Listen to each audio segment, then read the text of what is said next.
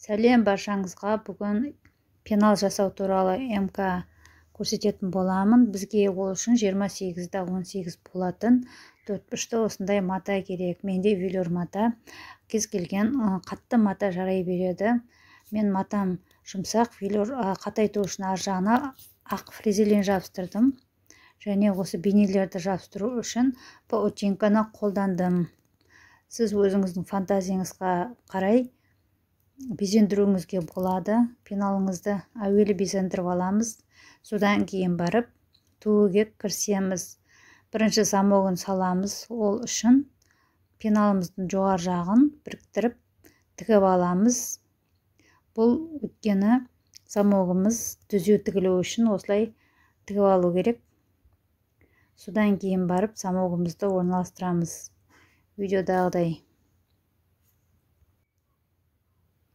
Міне осылай замогымызды теріс қаратып, бір жақ шетін матаның шетімен біріктіре отырып қолмен тігіп аламыз. Бір жағын, содан кейін екінші жағын дәл осылай тігеміз. Кәдімгі қолмен ине жіптің көмегімен, содан кейін барып машинкаға салып тігеміз. Байқағандарыңыздай замок жабулы болу керек. Барлығын машинкадан тігіп болғаннан кейін барып қана қазір замокты ашып қараймыз, қалай шыққан. Артық жерін қиып тастаймыз, замоктың артық жерін. Замогымызды әбден тігіп орналастырып болғаннан кейін манағы ең бірінші жоғар жағын тігеміз деген жерді, сол жердегі жіпті қажет емес алып тастаймыз.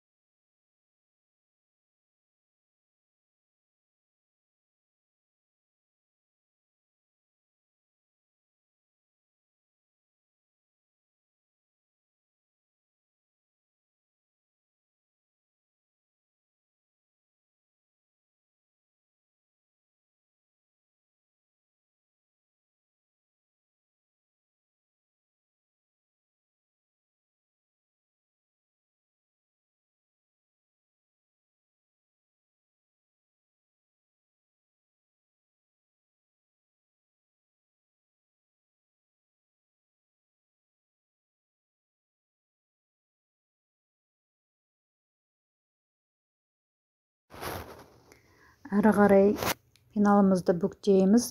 Ортасында замок тұруы тиіс. Және осылай бастырып, замоктың екі жағынан тігеміз. Аяғына дейін бармаймыз. Аяқ жағы және бас жағынан кішкене ғана ашық қалады. Замоктың екі жағын ғана тігіп жатырық. Байқасаңыздар 3 см шамасында ғана тігіледі.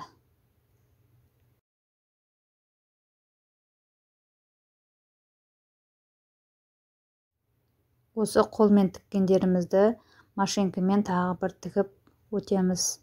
Және қолмен тіккен жіптерді қазір алып тастау керек.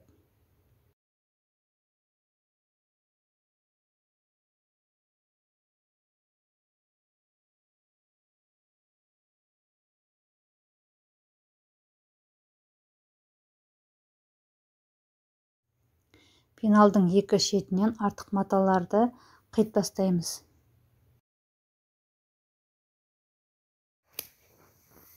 Пеналымызды қорап сияқты пішінге келтіреміз. 4 бұрыштаймыз, яғни сол кезде осындай 3 бұрышты артық мата шығады. Соны біз төменгі жағынан тігіп тастаймыз қолымызбен. Және осы артық 3 бұрыштарды тігіп болған соң кесіп тастаймыз. Ол бізге қажет емес. Және екінші жағынан да дәл солай қайталаймыз да машинкадан осы қолымызбен тіккенімізді қайттан машинкаға тігеміз.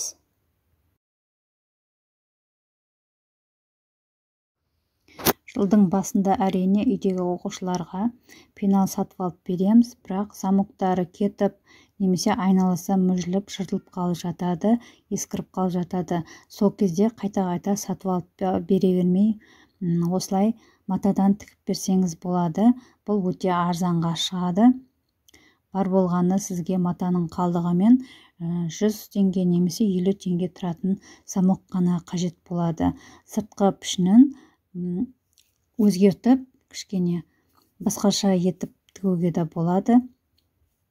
Мысалы, ит сияқты қылып немесе автобуске ұқсатып та тігуге болады. Бұл балаларға өте қатты ұнайды деп ойлаймын. Соңына дейін көргендеріңіз үшін рахмет. Лайк басып, менің каналыма тіркелуді ұмытпаңыздар, және менің каналымдағы басқа видеоларды көруге ұсынамын.